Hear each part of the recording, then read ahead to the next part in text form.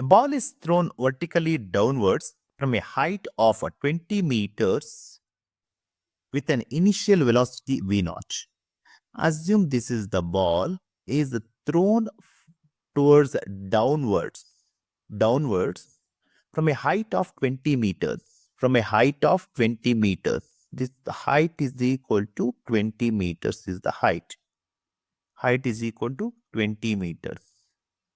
Then it collides with the ground and loses 50% of its energy. When it comes down, when it reaches the down, and the whatever the energy is there, it loses the 50% of the energy it loses. Okay, when collision with the ground, and rebounds and reverts back, rebounds to the same height.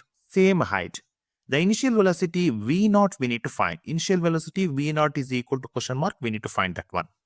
Okay, the initial energy, that is EI, is equal to the potential energy as well as the kinetic energy. That is potential energy plus kinetic energy. Then which is given by, that is potential energy is m into g into h plus kinetic energy is half into mv square. The energy when the ball reaches the ground is solely kinetic energy, and it is denoted by, that is half mv square. When it reaches ground, it is only the kinetic energy, as potential energy is 0. Then we can get the initial energy is equal to, that is only the potential energy. The potential energy will get is equal to 0. Then kinetic energy is nothing but half mv square. And since the ball rises the same height, the final energy is mgh plus 0. Then the final energy EF is equal to potential energy mgh plus 0 here. It becomes 0.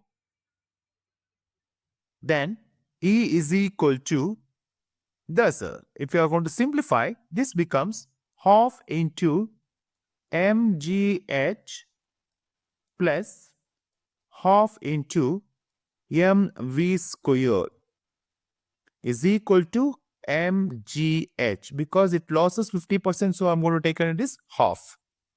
Then solving for the v square here, we get 2gh is equal to 2 into 10 into 20, that is equal to, we get the answer 20 square.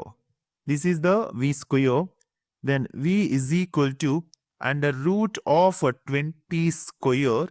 We get the answer v is equal to 20 meters per 20 meters per second is the right answer. So option C is the right answer here.